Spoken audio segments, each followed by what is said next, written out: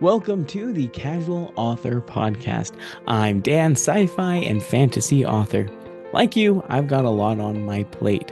What with many children, a full-time job, a homestead, and loads of other responsibilities. I'm here to bring you inspiration, positivity, and community around having a busy life and still wanting to chase that author dream, even if you have to take a casual approach. For more information about the podcast, me, or my books, head to thecasualauthor.com. Let's get started. Hey there, it's Dan Kenner with episode number 144 of the podcast. Today we're talking to Jeffrey P. Shafer about practical advice for new authors.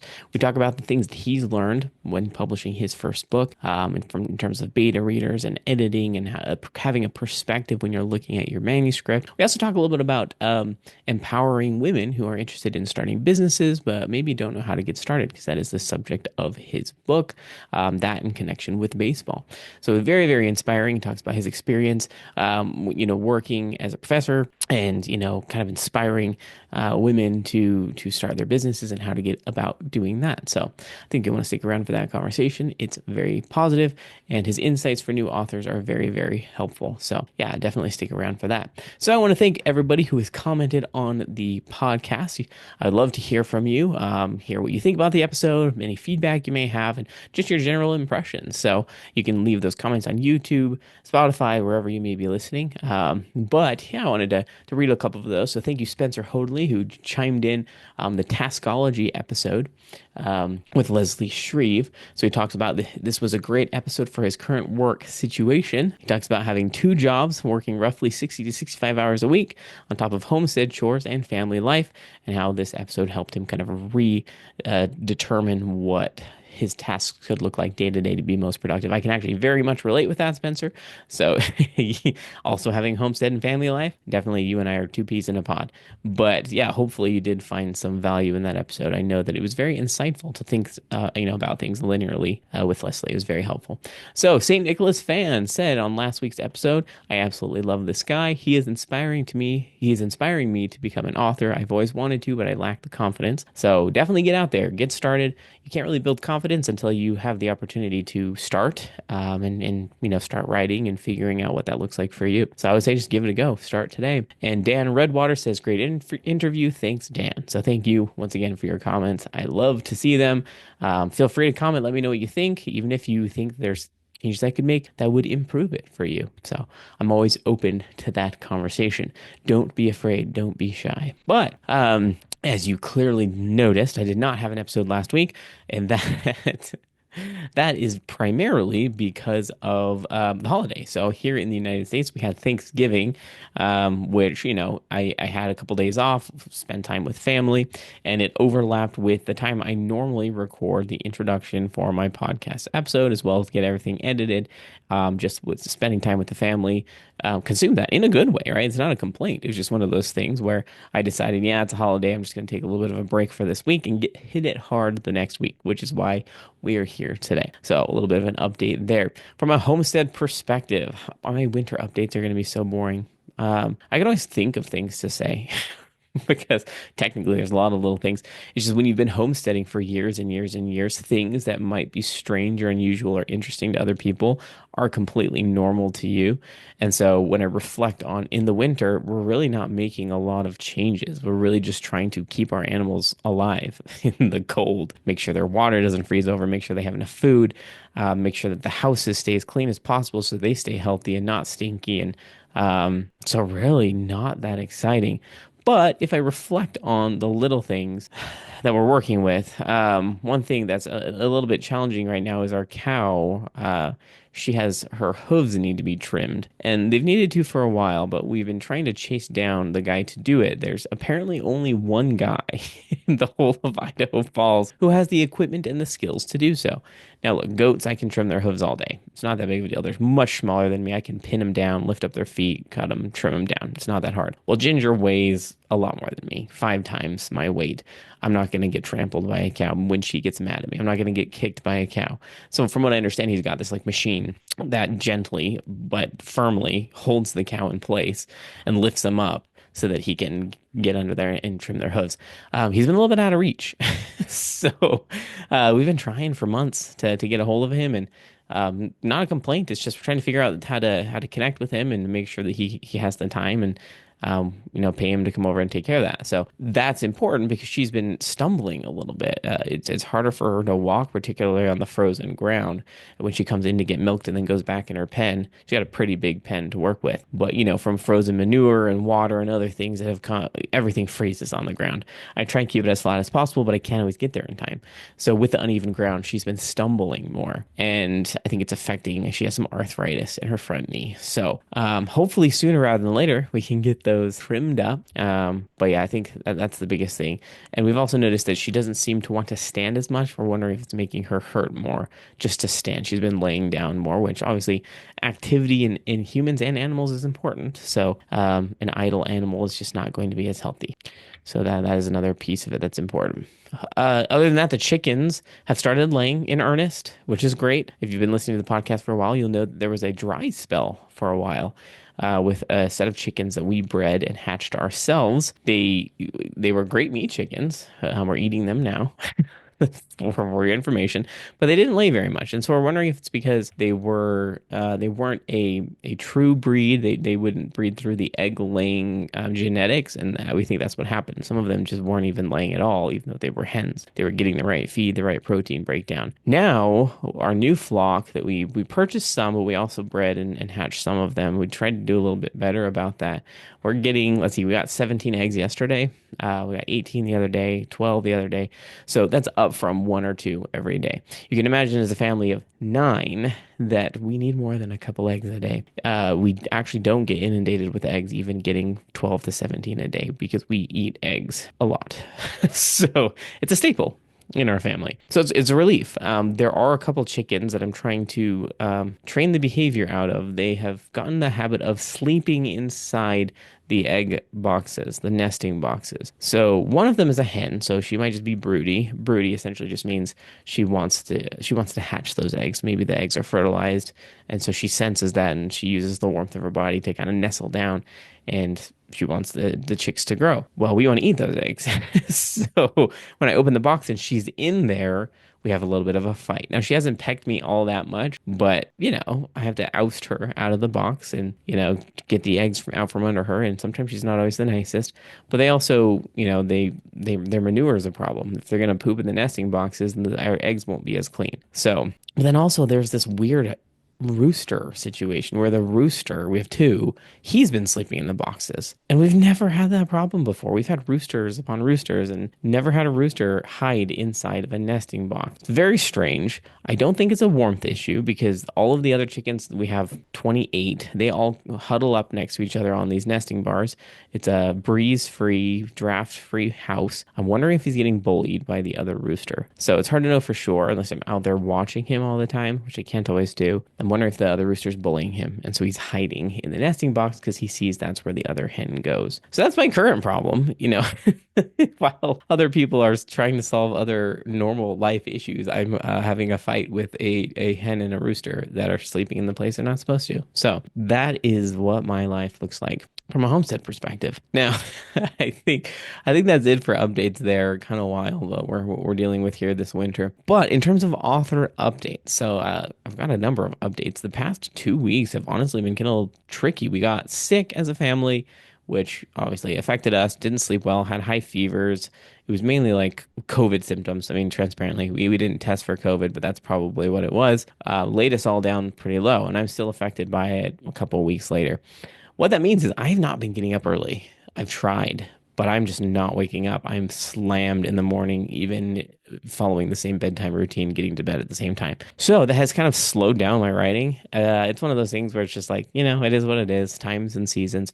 But I also took a step back from the 4th book of the Hidden Heritage series in favor of writing kind of the free PDF guide that I'll be attaching to the email list for this podcast. So I'll add it once it's all formalized and edited and put into a PDF.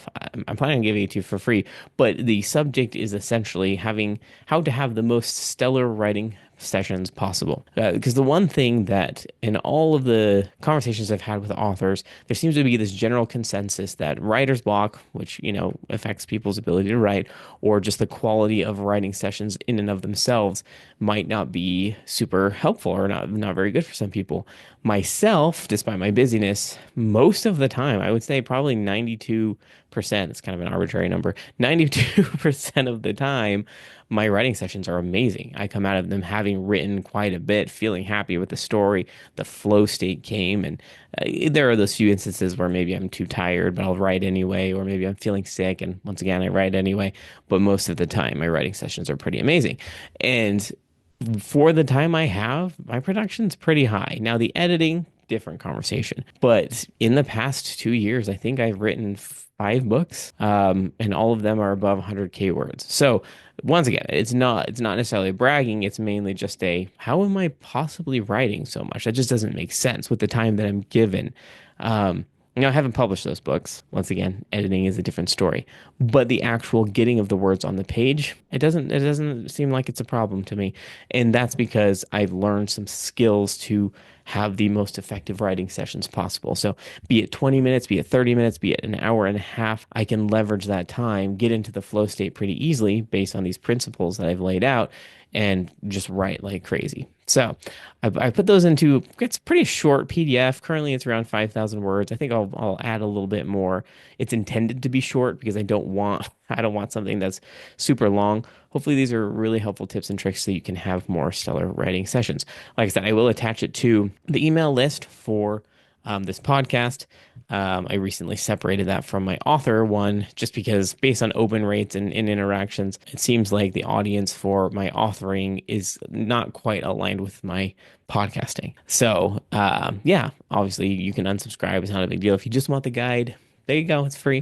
But if you ever do want updates for this podcast, you can head to thecasualauthor.com. You can sign up for the email list today if you want. There's a form there that you can fill out, and I'll send out updates for, hey, these are the episodes. This is what they're about. Here's links to them, just in case it's easier for you to watch that. But once I have this kind of guideline PDF put together, I'll send it to anybody who has already signed up for the email list. So there you go. Yeah. In any case, once that's all done, I've got it written and edited, then yeah, I'm jumping back into the book 4 of the Hidden Heritage. And yeah, I'm about 32,000 words for that, so definitely nothing to snuff at. I've got quite a bit of words there, but yeah, it was nice to take a little bit of a breather from that story because I didn't realize I've never written anything past the third book, but the story it starts to feel a little bit not old, but I'm thirsting for new things. So it's just the ADHD in my mind. I believe that's everything in terms of updates today. So we can go ahead and shift over to the podcast interview with Jeffrey.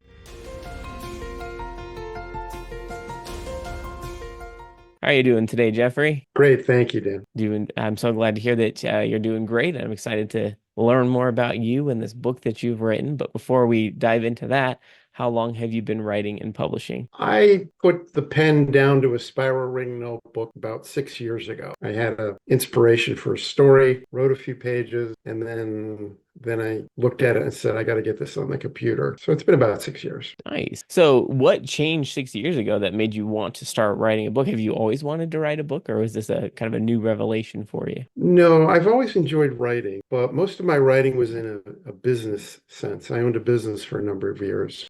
I had been daydreaming about writing a novel about the history of baseball parks, but with fictional characters. But it was the kind of thought that you have riding in the car that you never do anything about. What really lit the match for me, Dan, was during a 5 year period, I was teaching a class on business ownership at a local women's college. And one day after class, I was talking to one of my students. She was a graduating senior and a softball player. I just innocently asked her if she was doing anything with softball after she graduated. And she said, no, professional softball is not that big in this country. And then she said, and girls don't play baseball. Hmm. And that's when the light bulb went off over my head. And I said, there's the plot to my story. I need need to write a book about the first woman to play professional baseball. Very, very cool. Does she realize that this story was based off of that conversation with her, or is she not aware of that? I lost touch with her and I just don't even know how to get a hold of her again. But if I did, I'd love to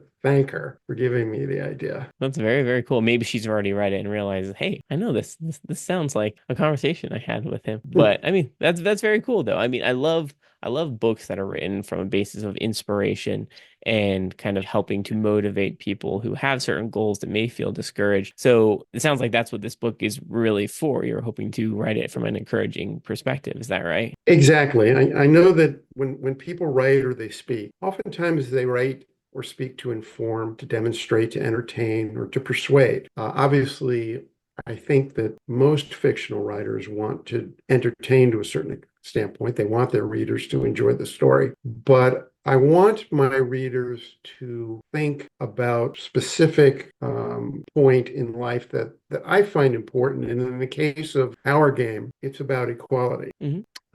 Baseball has gone through an enormous transition since the Cincinnati Red Stockings first became a team in the late 1860s. And at that time, all the players were men and they were white. And since that time, baseball has made an incredibly wonderful transition, and it often led the way in terms of equality in our country, particularly in sport. By the beginning of the 20th century, there were baseball players who were Native American, different religions, different cultures. And then in the 1940s, of course, Jackie Robinson became the first African American ball player. But we've yet to see a woman at Yankee Stadium Hmm. or any of the baseball parks. And that's what this book is about, is to say that its time has come. Hmm. It's time for, as I say in the book, for baseball to fully circle the bases and come home. And I think at some point in the next few years, you will see a woman playing in the major league. And hope she was inspired by your book, hopefully. I hope so. I mean, it's a very direct relation to that situation, but I mean, it's very cool because I think there's a lot of things that just in terms of owning a business and being a woman who has these motivations that may feel stopped up by a number of things to have inspirational stories like this to say, hey, this may be more possible than you think. This is a fictional story, sure, but fiction, I think, can and should be a reflection of reality in some way. And maybe people don't see it that way, but it sounds like that's how you've written it is to reflect that, and hopefully that came across well. Yes, I see the Our Game story as the final step in a process that is already ongoing.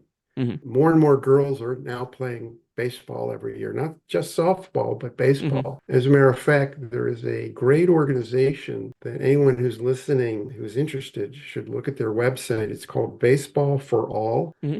It's about encouraging girls baseball, not just at the elementary and middle school levels, but also into high school and college. And they're doing a great job of encouraging girls to play baseball and encouraging young women to play in college, and also seeking resources to advance the enjoyment of baseball for everyone. That's very, very cool. Yeah, I hadn't heard of that, but I also am not a huge baseball person, transparently. So, I think, I've watched a little bit here and there. Coincidentally, your story reminds me of, I don't know if you've ever seen or heard of the movie A League of Their Own. For some reason that comes to mind. Absolutely, I loved that movie as a kid. there certainly are. You can certainly see some parallel. Hmm. However, A League of Their Own is about factual history. It Right, is about the men who played baseball during World War II. right. But they never got to the major leagues. They Hmm. never played with men. They never Right. played with Aaron Judge or Shohei Ohtani. After the war ended, the league disbanded in the early Hmm. 50s. Right. Just I for some reason just thought of that because I enjoyed that movie as a kid. But so I want to know, this is a book that I don't think it comes off as controversial. I'm not saying that it ever should or would be, but I'm curious to know, were there any difficult aspects for you in writing this book from the story perspective? You cut out there for a second, Dan. Could you repeat the question, please? Yeah, no problem. Were there difficult parts to write in this story for you? There were a couple. The most challenging part for me was as I got into the story, I thought you know what? I've got to deal with the locker room Hmm. because if one day women do play Major League Baseball, and I think they will, baseball is going to have to deal with that. So I actually consulted with a couple of friends and thought about some personal experiences I had had. And I firstly thought anyone who has played on a sports team, whether it's professional or in the third grade, athletes bond in locker room. They get to know each other, they laugh, they cry, they pray, they strategize.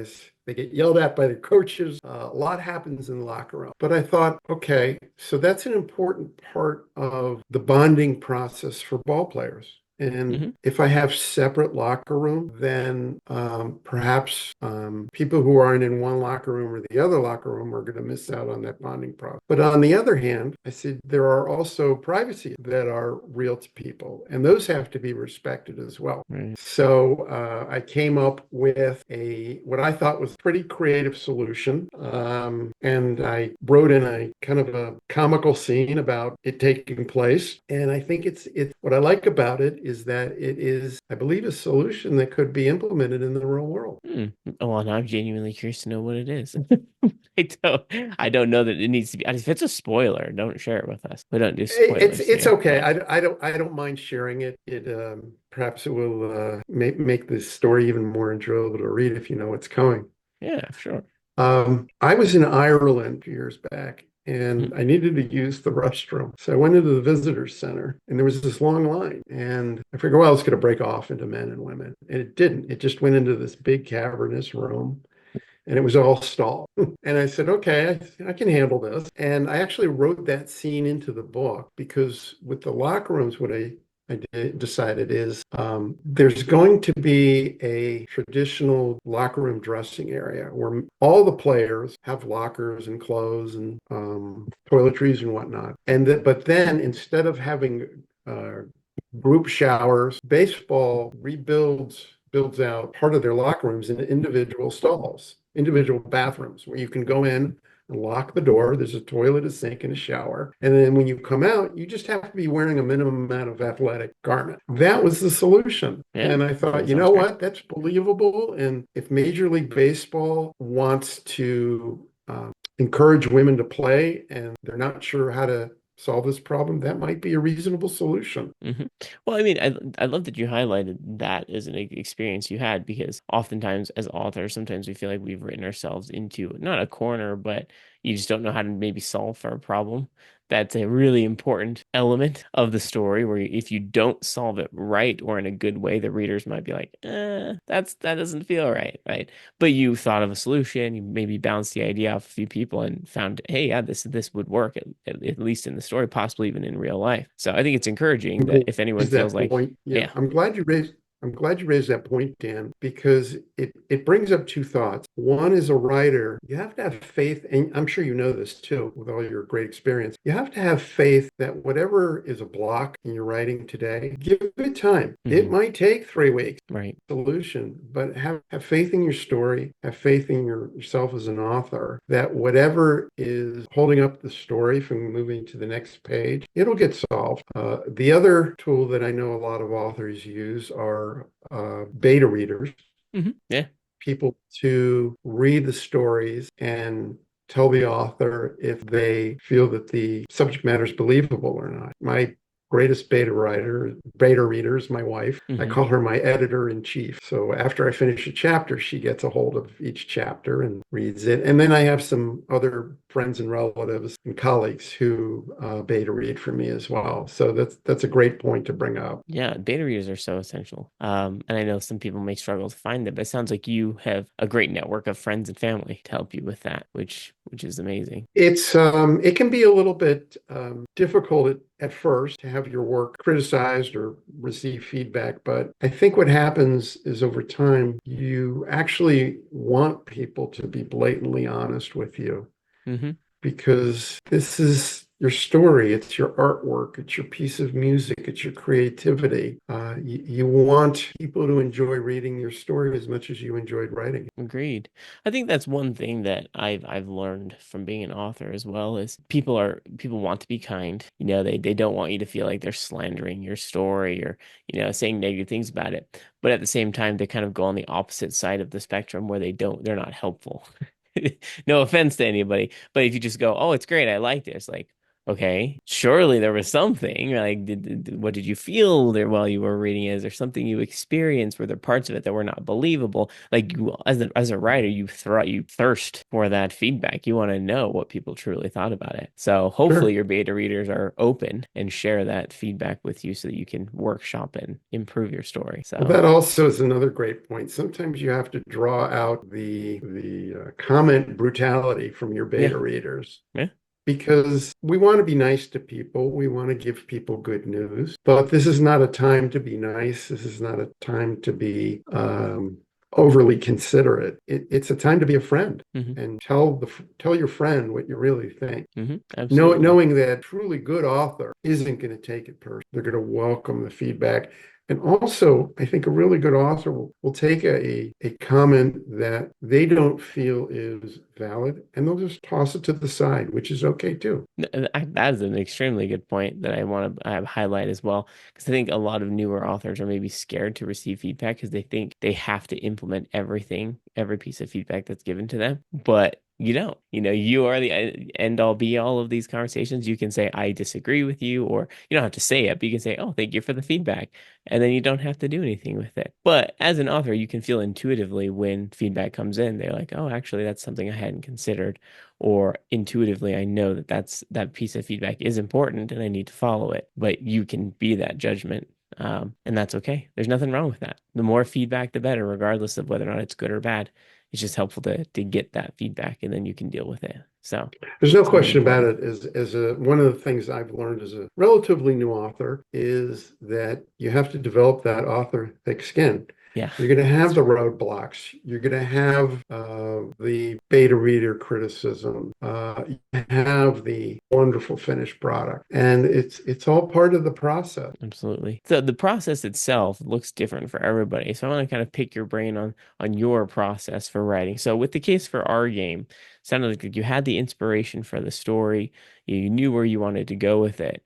But what did the actual writing look like for you? Did you plot it out pretty heavily, or did you just kind of discover it as you wrote it? How did that work for you? I discover as I write Nice. because I don't consider myself a writer. I consider myself a storyteller. Yeah, okay. And where I make that distinction for myself is I don't have a goal to write a certain number of books. If I have a story that I like, chances are I'm going to write a book about it. So what I did is I sat down at the computer and whenever it was time, I wrote the story in a linear fashion. Although I do have to admit that pretty early on in the process, I knew how the story was going to, but I didn't write the end of the last chapter until it was time to write the last chapter. Yeah. The other attribute I have as a storyteller is this is a wonderful, wonderful hobby for me, writing. I don't write. So even if I wake up at 2 in the morning and I have something to write, I'll go to the computer and write a few pages and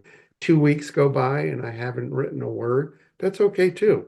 hmm Say enjoy the journey. Absolutely. Yeah, I mean, I think that's another important thing to highlight is as an author, we need to determine where we stand with our process because there may be some authors that are full time, and maybe that looks different for them. And then there's authors like you, who is more of a hobby, but you're okay with that. You mentioned you may go 2 weeks without writing, but you're okay with that.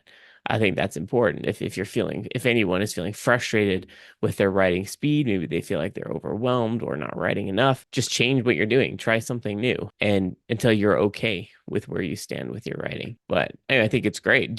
Was it hard to get back into writing? If you ever took 2 weeks off of writing, was it hard to get back in or not really? Early on in the process, I got a little frustrated, but then I said that I needed to get off my own back Mm, and hmm just sort of let it go. And that philosophy worked for me. So even when I wasn't writing due to I wasn't motivated, I didn't have anything I was thinking about next, or I was just busy with other things. I just said the story is there. Hmm. And I used to have a business coach that he had this great line. It was when you're ready for something, it puts in an appearance. Okay. And I use that philosophy to write. I love that. That's a very cool thought to have. I I unintentionally adopted that myself when it comes to story aspects because I will have constant ideas that flow into my mind as I'm doing dishes or, you know, building a goat house or whatever I'm doing. And I don't always write them down because I tell myself if that's important, it'll just come back up when it's time to go into the story. And they always do, right? I'm sure I've thought about things and forgotten about them that don't end up in the story, but I don't worry too much about it because I figure when I'm in the moment, when I'm discovering and writing it, if it's meant to be there, it'll go in, and it does. So that works for me. But I love talking to other discovery writers like yourself because yeah, I feel like I can relate to the story discovering writing linear. There's a lot of people who write out of order, but I write in a linear fashion. Like yourself, so that works for me. Yeah, And I think the my experience so far has been that the writing community in this country is they're very approachable and honest with each other about what they've been through, and particularly working with new or aspiring writers, help them along, hold their hands. It's a very warm-hearted community, I would say. yeah, it definitely is. So it sounds like you found support when you started writing and you started getting into the writer community. With any questions you may have had, has there been a particularly community or location that you found a lot of benefit in, or you've learned a lot from? I don't know if you're a Facebook I've person chatted or with some people on Goodreads. Goodreads. Okay, great. They were very helpful, but I find it's helpful to reach out to different kinds of story creators. Hmm. I've talked to publishers, literary agents, screenwriters, Cool. just to kind of pick their brain as to how their world works and incorporate it into my thinking for my writing. Because one of the questions I ask myself when I think about a new story to write is, would this make a good movie or Hmm. would this make a good musical? And if the answer to those two questions is no, I'm not going to write the story because I don't feel the book will be entertaining enough. Yeah, that's fair. But if I feel, for example, for our game, it's a story about the first woman playing Major League Baseball. Could that be made into a successful movie or a musical? I think so. And so that passed the litmus test. And I use that same test for when I was thinking about writing my second book and now my third book. I have never thought about that as a litmus test, but it seems very logical. Now I'm imagining an R game musical. It sounds extremely entertaining. You should start writing the songs for it, unless maybe you're not a songwriter. One of my sons is, but Oh, okay. me, maybe lyrics, but not music. Fair He's enough. very good at performing and writing music. So we've talked about it a couple times. Well, it's very, very cool. So we were talking before we started recording about this, but our game is, it's a fiction book. It's rooted in re this reality and these aspirations of Major League Baseball having women players as part of that, which I think is amazing. Sounds like you've started dipping your toes into fantasy or kind of magical realism writing as well. Is that correct? Yes, for the third book. For the third book, okay. Third book. The third book is going to be called Magical Madness, Cool. and I have a goal of finishing it in 2025. Great. I can tell you it's about the main character is a kind of just an everyday person that you meet, you pass on the street. You don't even think who they are, what they're like, but this character has an absolute heart of gold. Hmm. And one day he meets up with this mythical being who to realize his dream of helping an enormous amount of people all at one time. And that's so far that's pulled into the magical area. My first book, Our Game, and my second book, which is called Jet Trails Hmm. at Dusk, are there's no witches or wizards Right. or gremlins. You know, None of the like, but I think it's really cool though, because I personally have never written anything like this. Fiction, mine are always outside of the realms of reality, fantasy, sci-fi, those types of things. But I had imagined the experience is quite different writing the two, writing that fantasy versus writing our game or your second book. So did you find that it's difficult to write in both spaces, or is it pretty easy for you to differentiate them as a part of writing? I find it fairly easy to differentiate because in addition to having a story to tell, I'm sending a message to my Sure. readers that everyone deserves a fair chance aiming for the fence. And that's what is our national pastime. And yet half the population isn't playing Major League Baseball. Right. So my hope is that it will not only encourage girls to play baseball and young, it will encourage Major League Baseball to say, let's move on that. Let's Mhm. start training young female athletes so that at some point, all Americans will be at Dodger Stadium or Wrigley Field. Yeah, I love that. I think that's super cool. So you clearly had the message you wanted to deliver as a part of our game prior to writing it. Did you have that kind of morals or message already thought about before you writing your second and third books, or did those come to life as you were writing the story? Part of the storyline from the very beginning. In our game, the plot is, of course, about Maria and her journey to Hmm. Major League Baseball. But one of the characters in the book is Michelle. She's a human trafficking survivor. Mm, I've done some volunteer work with organizations that support survivors of human trafficking. And I intentionally put into, I think it's chapter 2, the 800 number for the National Human Trafficking Hotline, because a I want my stories to not only entertain, I want them to have kind of a meaning to the basic story, but also to embrace something that needs to be embraced in our society. So in my second book, Jet Trails at Dusk, the plot is about someone who gets fed up with the increasing invasion of technology into the mm, private lives of Americans. mm, But the underlying community theme of the book is children who are in long-term or terminal hospital stays mm. and helping out that segment of our society. Wow. Well, it's a very important and impactful message to add to it. So can carry a weight to that story for sure. I sure hope it does. And of course, it does add for some nice subplots too. Mhm, sure. Which no one disliked subplots. That's what really bolsters the story and brings a lot more to life. So I think that's super cool. But so I'm curious to know for you, do you have any specific advice for someone who wants to write a book and maybe they don't know how to get started or they don't know where to begin? Something that you've learned from your experience. I would give the same advice to someone who asks me a question about what kind of business should I start. Sure. Okay. Write what you love. Mm, You don't have to be an expert, but it has to be something that is wonderfully motivational. And in the case of my first book, it's baseball. In the case of my second book, Jet Trails at Dusk, it was an annoyance that I've had about how I do feel that we're losing some of our privacy in this country. mm, And technology is a wonderful thing. It's done some great things in industry and healthcare and entertainment, but I think that it has to be held in check at times. right. So that was baseball, something I love, but the invasion was something I felt rather adamant about. Yeah. So certainly, if there is a cause as a writer, if there's a cause you feel so strongly about, you can actually turn that into fiction Yeah.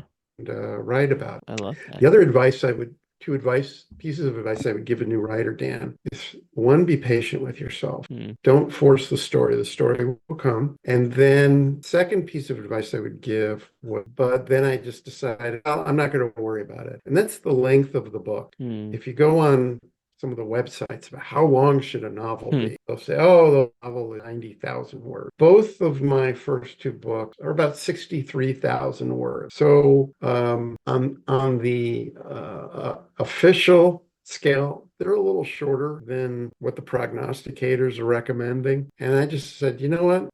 I was done telling the story, and I said, you know what? I'm not going to worry about how long the book is. Yeah, I actually 100% agree with you on that.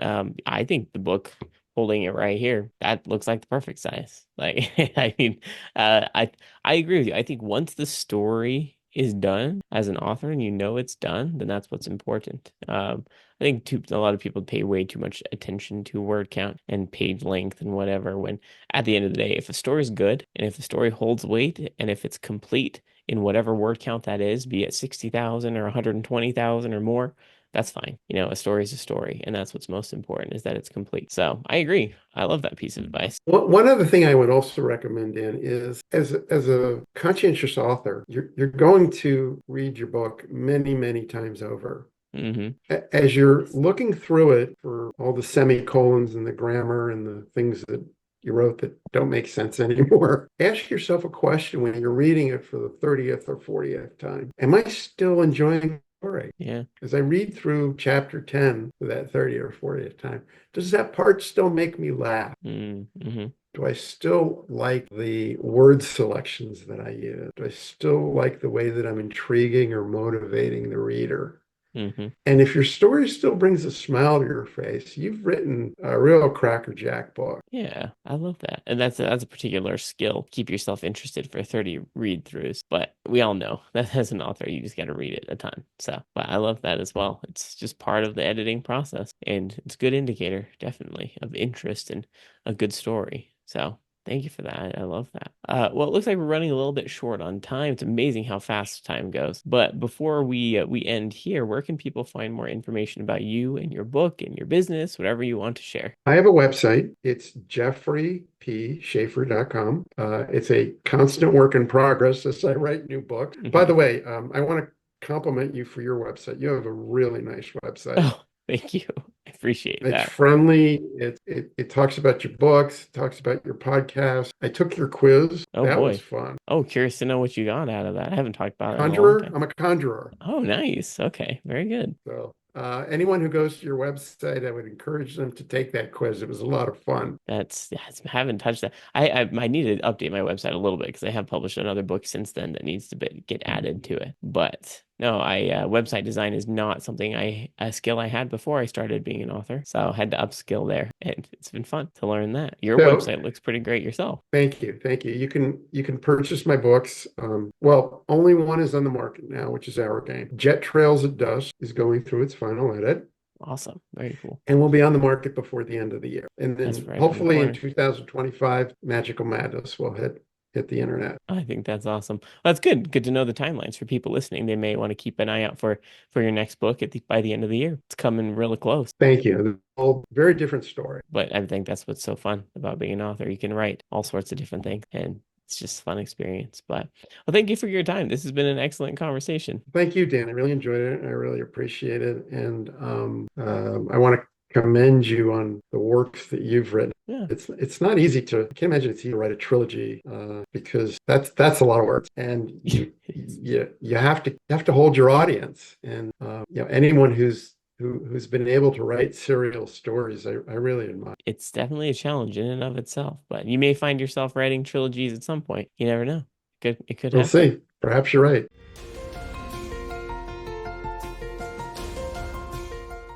I hope you thought that was helpful. Jeffrey is such an enthusiastic author. I appreciated his perspective and just his candor when it comes to things he learned as a new author and things that might help you as a newer author. So hopefully that gives you some confidence and excitement in moving forward. Next week, we'll be talking to Megan Hosch about the art and satisfaction of editing. So Megan is actually my copy editor. So I have a different line editor and copy editor. She has done the copy editing for a number of my books, and I've loved her work. She's done amazing. But we talked about like kind of pick her brain about editing, coming from someone who is not a fan of editing. It was very awesome to hear her perspective, why she likes it, how she goes about it, and tips for new authors as well. So you want to tune in next week to hear from Megan Hosch and editing.